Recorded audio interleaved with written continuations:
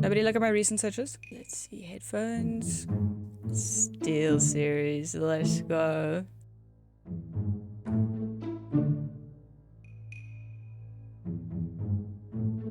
And with that, we have the SteelSeries Arctis Nova 7 wireless. Step 1, unboxing. We put it in the background. No. Okay, so this is how it comes packaged. Oh, open this for glory. Don't mind if I do. Instruction manuals.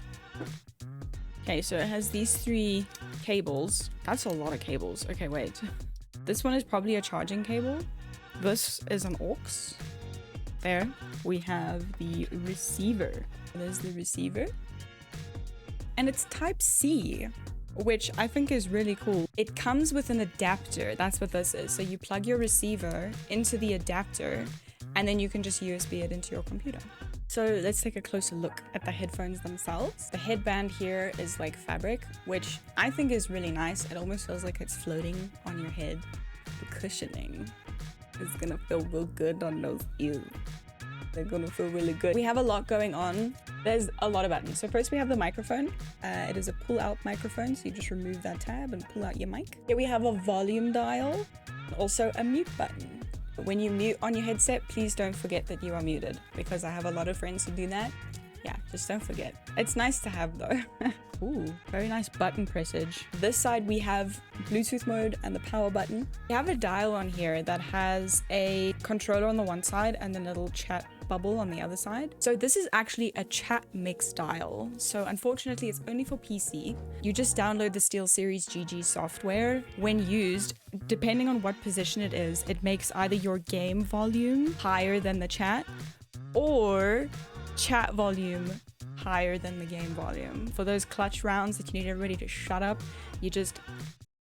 and then your game will be louder. Then if you put it in the middle position, it does have like a distinct middle position that you can feel. That means that it'll be equal volume.